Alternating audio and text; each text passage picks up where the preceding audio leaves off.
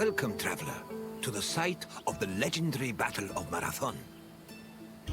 My name is Herodotus, and I am a traveler from Hyrcanassus. I retrace the cause of various events, such as wars and great calamities. I describe what I see and record what I'm told, all with the aim of providing a better understanding of why these things occur. Look for me to introduce you to many sites. It's truly incredible that such a small place would have such tremendous significance. But then again, even the tiniest pebble can send ripples through the water. Marathon was the location of one of the greatest battles in Greek history. It was here where Athenians made a stand against the might of an imposing Persian fleet. Your visit will take you through the causes of the conflict, the battle itself, and its far-reaching consequences. I will see you again once you're through. Farewell for now.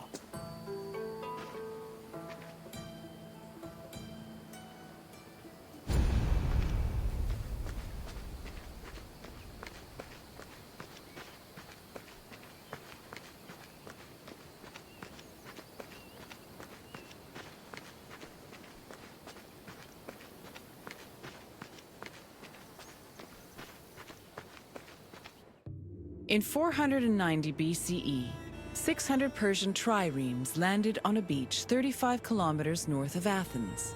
Standing in their way were 11,000 hoplites led by the prestigious Athenian general Miltiades. The Persian forces outnumbered the Greeks approximately 5-1, and yet the smaller force managed to push back their would-be conquerors. The Battle of Marathon was a major turning point in the Greco-Persian Wars, and the Athenians' victory would be celebrated for many years. The modern-day distance-running event is named a marathon in memory of a soldier from the battle who ran back to Athens to announce their victory, though whether this is real or legend is uncertain.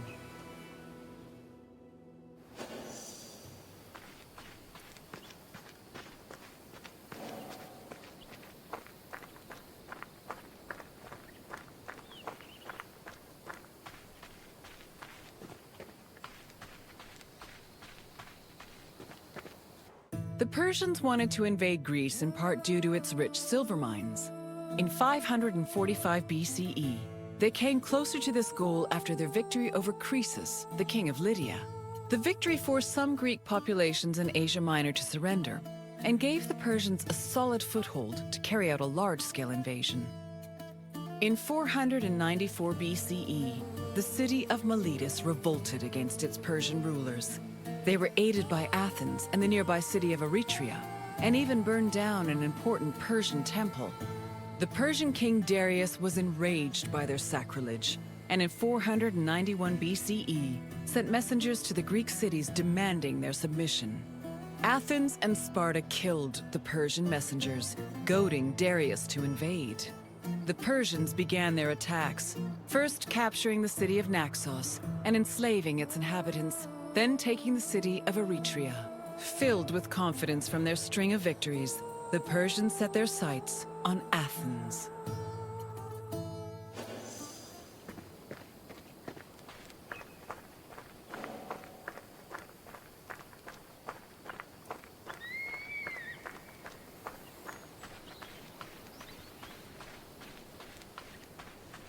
The Greeks were surprised by the ferocity of the Persian attacks. Seeking aid against the upcoming invasion, Athens was forced to appeal to other cities for help. In a surprising move, they asked for aid from Sparta, known for having the strongest army in Greece.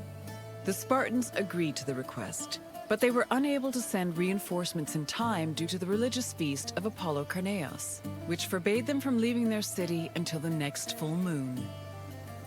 The only extra help Athens managed to acquire was from the small Boeotian city of Plataea, which sent an additional 1,000 hoplites. This was the first time in Greek history that their entire civilization was under attack from an external invader. Despite sharing the same language and same religion, Greek city-states had often warred amongst themselves. The Persian invasion was the first time they realized the necessity of collective action to ensure their survival.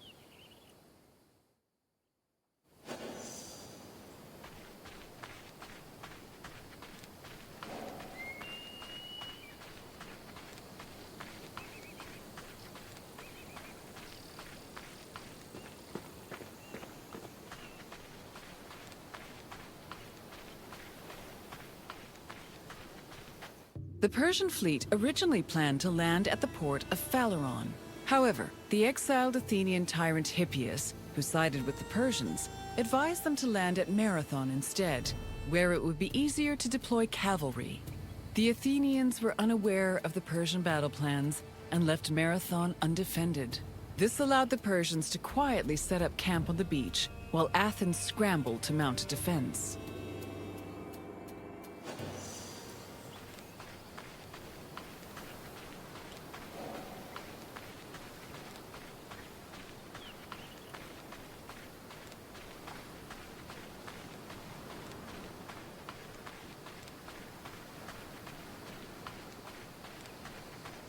The Persians' overwhelming numerical superiority forced the Athenians to get creative with their defensive strategy. The city sent 10,000 hoplites, along with the extra 1,000 Plataean reinforcements, to a hill located above the Persian encampment. Once in position, Athenians had to decide whether to wait for the Persians to attack or to strike them first. Athens' strategists believed the former option was better, but the general Miltiades believed a first strike was more advantageous, as the Persians had their backs to the sea. In the end, Miltiades' opinion prevailed, and the Greeks made their move.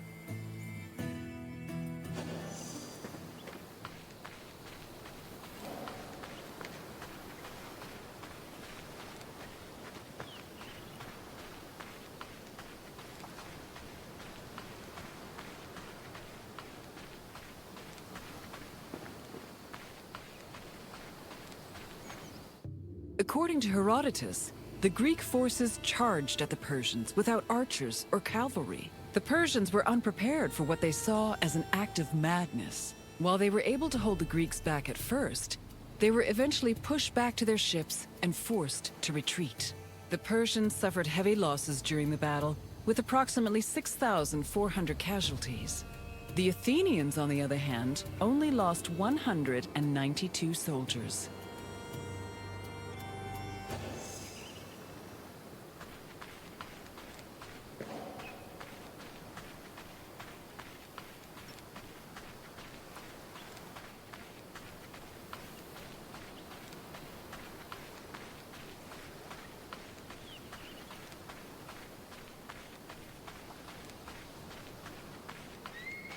The victory at Marathon was considered miraculous. The Greeks attributed this miracle to the appearance of legendary heroes who they allegedly saw return from the dead to fight at their side in defense of the city. For example, several Athenians swore they saw the mythical king Theseus take up arms at Marathon, a scene which would later be depicted in Athens' Agora. Similarly, some hoplites attested that Heracles appeared at Marathon, clad in his lion's skin and wielding a club. The supposed appearance of these heroes helped elevate the Battle of Marathon to a legendary status among the Greek people.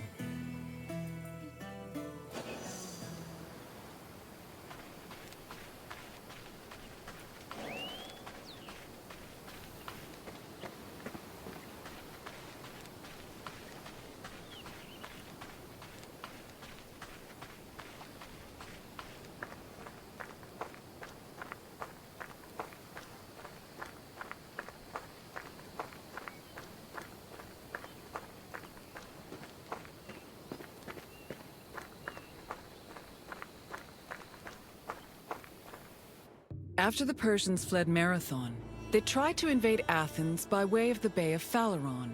However, this gave the Athenians time to return to their city and mount a proper defense. Fearing further losses, the admiral of the Persian fleet called off their attack, and the Persians returned to their empire.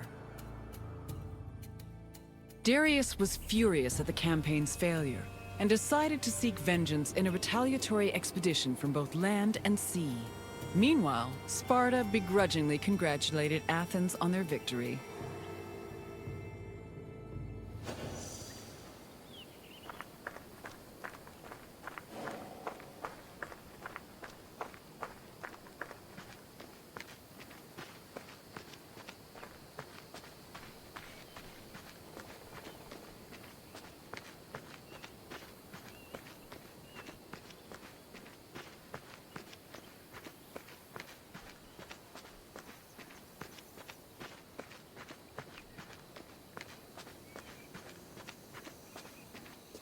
The victory at Marathon marked the beginning of a new era for Athens.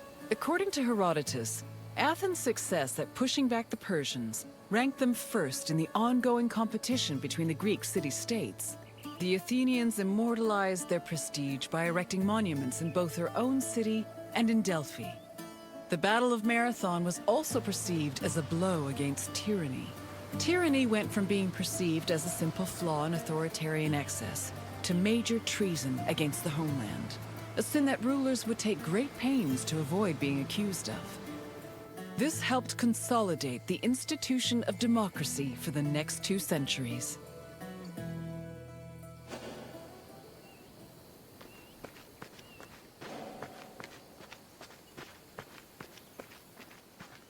I hope you enjoyed this look into the famous Battle of Marathon. It was not only a major turning point in the history of Athens, but also for all of Greece. Its repercussions would be felt for many years to come. Is there anything else you'd like to do? Very well. Follow me closely, traveler.